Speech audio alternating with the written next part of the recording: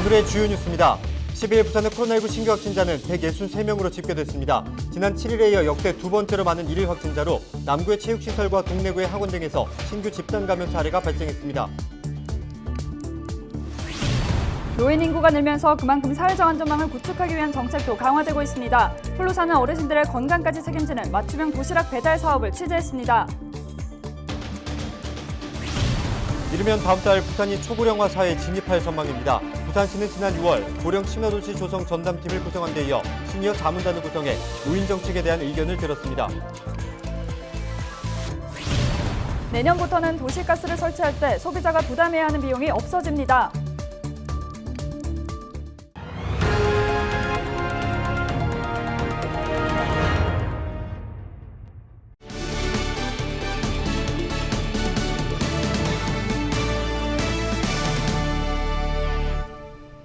여러분 안녕하십니까? 헬로티비 부산 뉴스입니다. 부산 코로나19 확진자 발생 수가 연일 기록을 갈아치우고 있습니다. 12일 160명이 넘는 확진자가 나와 역대 두 번째 많은 수를 기록했습니다. 네, 속출하는 집단 감염과 전파력이 높은 변이 바이러스 확산 속에 방역이 코로나19 확산 속도를 따라가지 못하고 있는데요. 확산세는 당분간 이어질 것으로 예상됩니다. 안수민 기자의 보도입니다.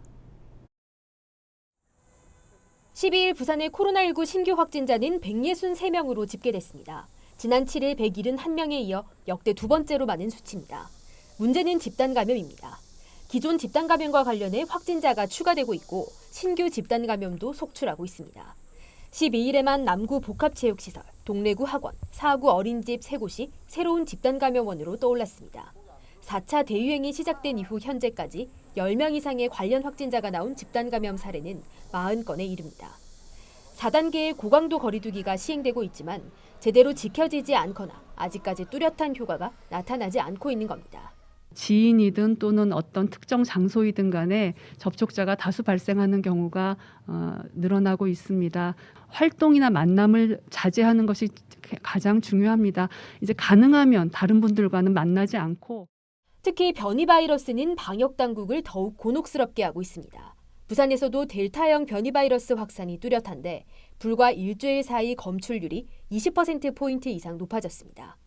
델타 바이러스에 뚫린 기장군 요양병원에서는 관련 확진자 58명 중 51명이 백신을 맞고도 감염됐습니다. 변이 바이러스가 이전의 비변이 바이러스에 비해서 확산 속도가 굉장히 빠릅니다. 그래서 그 전파 속도를 저희가 방역을 통해서 따라잡는다는 게 굉장히 어려운 상황이라서 그 어느 때보다도 어렵고 엄중한 상황인 것만은 맞습니다. 전례 없는 확산세 속에 다가오는 3일간의 광복절 연휴도 또 한 번의 방역 고비로 우려를 키우고 있습니다. 부산시는 최근 감염 사례들 중 코로나19 증상이 나타났는데도 검사를 미루다 다수의 전파되는 경우가 늘고 있다며 시민들의 방역 수칙 준수에 더해 적극적인 코로나19 검사를 당부했습니다. 헬로티비 뉴스 안수민입니다. 노인 인구 증가에 따른 사회적 안전망 구축에 대한 정책을 짚어보는 기획 보도 세 번째 시간입니다. 홀로 사는 어르신들은 식사를 챙겨 먹는 것마저 어려움을 겪습니다. 네, 대충 때우는 식사가 아닌 건강까지 챙기는 그 현장을 김한식 기자가 보도합니다. 봉사자들이 문을 열고 들어가자 반갑게 맞이하는 어르신. 곧바로 식사 준비를 합니다. 온마을 사랑채에서 배달된 도시락입니다. 이날의 메뉴는 오징어 볶음과 나물, 고기 완자 등 반찬 6가지. 함께 배달된 따뜻한 밥과 국을 뜨니 마음까지 따뜻해집니다. 전에는 밥 해먹기가 힘들었는데 지금은 밥도 안 하고 따뜻한 밥을 갖다 주니까는 지금 내 입에 딱 맞고 맛있습니다. 올해 89살의 어르신도 도시락 서비스를 이용한 지 벌써 1년가량 됐습니다. 끼니 때만 되면 꼬박꼬박 음식을 만들어야 하는 불편함이 사라지면서 노년의 삶이 즐거워졌습니다. 철이 너무 좋았어요. 즐거워요. 여기 갖다 주기 먹고 예전에는 막 김치 한 가지 내가 찍어 먹고 된장 한 가지 찍어 먹고. 도시락 배달은 자원봉사자와 희망 근로자들이 담당합니다. 매일 어르신들을 만나면서 말상대도 해드리고 가벼운 집안일까지 도와줍니다. 높은 곳에 있어가지고 꺼내시는 것들 그리고 뭐 가끔씩 이렇게 글을 모르시는 분들은 그런 것들 좀 읽어달라고 얘기하시면 그런 것도 읽어드리고 합니다. 부산 진구 온마을 사랑채가 문을 연 건 지난해 7월부터입니다. 어르신들에게 맞춤형 식사 제공을 위해 구청이 동의과학대학 산학협력단과 함께 구축한 겁니다. 이곳에서 제공되는 도시락에는 어르신들의 이름과 함께 맵지 않게, 가공육 불가 등의 메모가 끼워져 있습니다. 사전 조사를 통해 어르신들의 입맛과 건강 등을 고려한 맞춤형 식단입니다. 또 식사를 제공받는 어르신들의 건강과 영양 상태를 정기적으로 점검해 식단을 꾸리는 데 이용합니다. 어르신들의 건강 상태가 어느 정도 좋아지고 있는지 분기별로 어르신들의 영양 상태, 빈도, 그다음에 혈압이라든지 이런 것들을 체크해서 온마을 사랑채를 이용하는 어르신은 150여 명. 월 본인 부담금 4만 원에서 최대 10만 원만 내면 매달 24차례의 식사와 간식을 제공받을 수 있습니다. 헬로티비 뉴스 김한식입니다. 이르면 오는 9월부터 초고령화 사회에 진입하는 부산시가 시니어 자문단을 구성해 온라인 회의를 개최했습니다. 부산시는 10일 오후 시니어 자문단 40여 명과 어르신들에게 꼭 필요한 정책에 대해 의견과 토론을 나누는 시간을 마련했습니다. 부산시는 지난 6월 고령 친화도시 조성 전담팀을 구성하고 다양한 정책 과제를 발굴해 오고 있습니다. 진보당 부산시당이 해운대구 장산 정상에 군부대를 확장하고 고성능 레이더를 배치하려는 정황이 드러나고 있다며 이에 대한 해명을 해운대구청에 요청했습니다. 진보당은 작년부터 국방시설본부 발주로 장산 군부대 인근 군사용 임도를 확장하는 공사가 이루어지고 있다며 제보받은 정보를 분석한 결과 고성능 레이더가 배치될 가능성이 농후하다고 주장했습니다. 또 지난 11일 해운대구청 앞에서 1인 시위를 진행한 이후 이에 대한 해명을 요청하는 항의 서한을 해운대구청에 전달했습니다.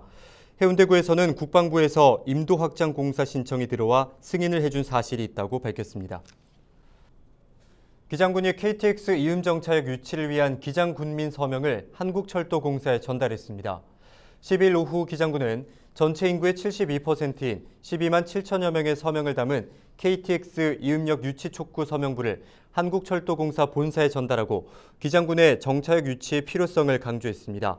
오규석 기장군수는 서명부 전달 이후 전방위적인 유치 활동을 전개할 계획이라며 KTX 이음역 유치를 위해 전 행정력을 집중하겠다고 밝혔습니다.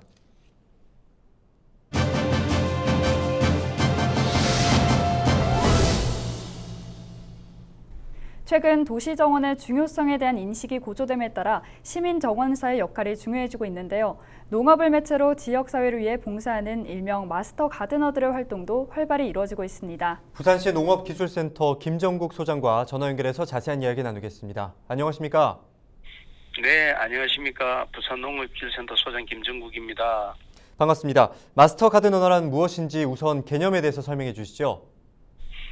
네, 마스터 가드너는 1972년 미국에서 처음 시작되었고요. 우리나라에서는 2011년 제주농업기술센터에서 첫 교육이 되면서 우리나라에 저들이 알려지게 되었습니다. 그리고 이 마스터 가드너들은요, 도심 속에서 농업 활동을 통해서 생산적인 여가 활동을 하고 지속적인 도시농업 문화를 선도하는 사회 봉사자, 가드닝, 정원 가드닝, 텃밭 가드닝 이렇게 하는 나눔 전문가들의 단체입니다. 네, 농업기술센터의 마스터 가드너 양성 과정이 개설돼 있는데요. 교육의 내용과 목표는 어떻게 됩니까? 네, 마스터 가드너 전문 교육 주된 목표는요, 농업 농촌의 적극적인 홍보, 도시농업을 통한 지역사회 공동체 회복에 있고요. 주요 교육 내용은 채소류, 과채류, 또한 화훼꽃 등 작물별 재배 기술은 물론이고요. 텃밭 정원, 디자인 실무, 식물 번식 이론, 현장 실습 등으로 구성되어 있습니다. 그리고 가장 중요한 마스터 가든에 대한 것은 심고 가꾸고 나누는 이런 철학과 봉사 활동을 할 수 있도록 이렇게 편성을 하고 있습니다. 그리고 최근에 부산의 마스터 가드너들이 경진대회에서 대상을 수상하게 됐는데요. 그동안에 어떤 활동들을 해오셨습니까?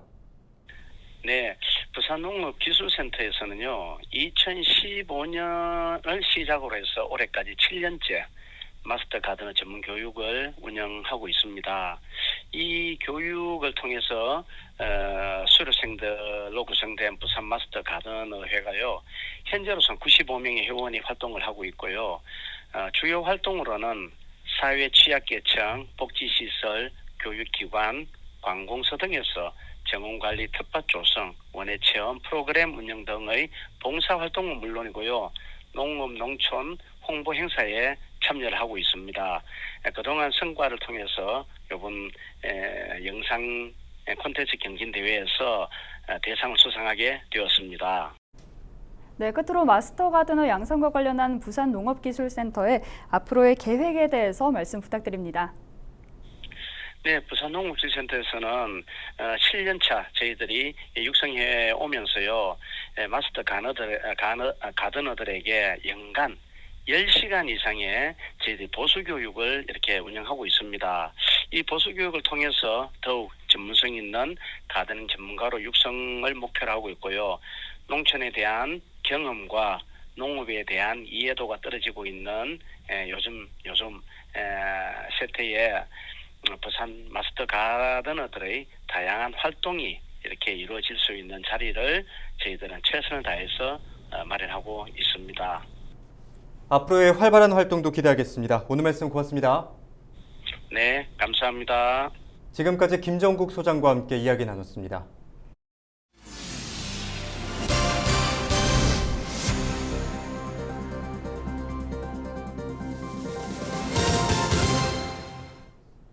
지난 7월 열린 내가 꿈꾸는 푸른 부산 어린이 그림대회에서 중현초등학교 안우빈, 부산진초등학교 허유엘 학생이 각각 저학년과 고학년 부분에서 대상을 차지했습니다. 전국 지역 아동센터 협의회와 부산시협회가 주최하고 그린 인베스트먼트 그룹 등이 후원한 이번 대회는 탄소 중립과 신재생 에너지에 대한 관심과 이해를 높이기 위해 열렸습니다. 주최 측은 모두 367건의 작품을 접수해 저학년과 고학년으로 나눠 심사를 진행했으며 모두 20명의 수상자를 선정했습니다. 그린 인베스트먼트 그룹 최우진 전무는 어린이들에게 꿈과 희망을 주고 부산이 탄소 중립 도시로 거듭날 수 있도록 필요한 역할과 지원을 해나가겠다고 밝혔습니다. 내년부터는 도시가스를 설치할 때 소비자가 부담해야 하는 비용이 없어집니다. 그동안 단독주택 등에서 도시가스를 신규 공급받으려면 인입배관 설치 비용 120만 원가량을 지불해야 했습니다. 부산시는 도시가스 공급 규정을 개정해 사업자가 공사비 전액을 부담하도록 한다고 밝혔습니다. 변경된 제도는 유예기간을 거친 뒤 내년부터 시행됩니다. 부산시가 오는 14일 일본군 위안부 피해자 기림의 날 행사를 비대면으로 개최합니다. 오는 14일은 지난 1991년 고 김학순 할머니가 위안부 피해 사실을 공개 증언한 지 30년째 되는 날입니다. 위안부 문제 해결을 위한 아시아 연대회의는 이를 기념하기 위해 매년 8월 14일을 기림일로 지정해 오고 있습니다. 이날 행사는 온라인 기념식과 피해자 추모, 청소년의 글작품 공모전으로 진행될 예정입니다. 행사에 참여하려는 시민은 부산시 공식 SNS를 통해 참여할 수 있습니다. 지난 11일 밤 11시쯤 20대 A씨가 몰던 승용차가 번영로 문현 램프 충격 완화 구조물에 들이받았습니다. 사고 충격으로 승용차가 뒤집혔지만 다행히 인명피해는 발생하지 않았습니다. 운전자 A씨는 술을 마시지 않은 것으로 확인됐습니다. 경찰은 운전자가 길을 착각하고 램프로 진입하던 중 차로를 급하게 변경하다 사고가 난 것으로 보고 있습니다. 부산시가 홀로 어르신을 대상으로 폭염에 대비한 선풍기와 여름 이불 등의 용품을 지원합니다. 부산시는 지난 7월 홀로 어르신 5,200세대에 보양식품과 선풍기를 지원한 데 이어 한국주택금융공사의 특별 후원금 지원으로 홀로 어르신 500명의 여름 이불과 선풍기 등을 추가 지원한다고 밝혔습니다. 오는 13일까지 용품을 전달하고 어르신들의 안부와 폭염 대비 건강수칙 등도 안내할 계획입니다. 오늘 저희가 준비한 소식은 여기까지입니다. 저희는 늘 지영민과 함께하겠습니다. 시청해주신 여러분 고맙습니다.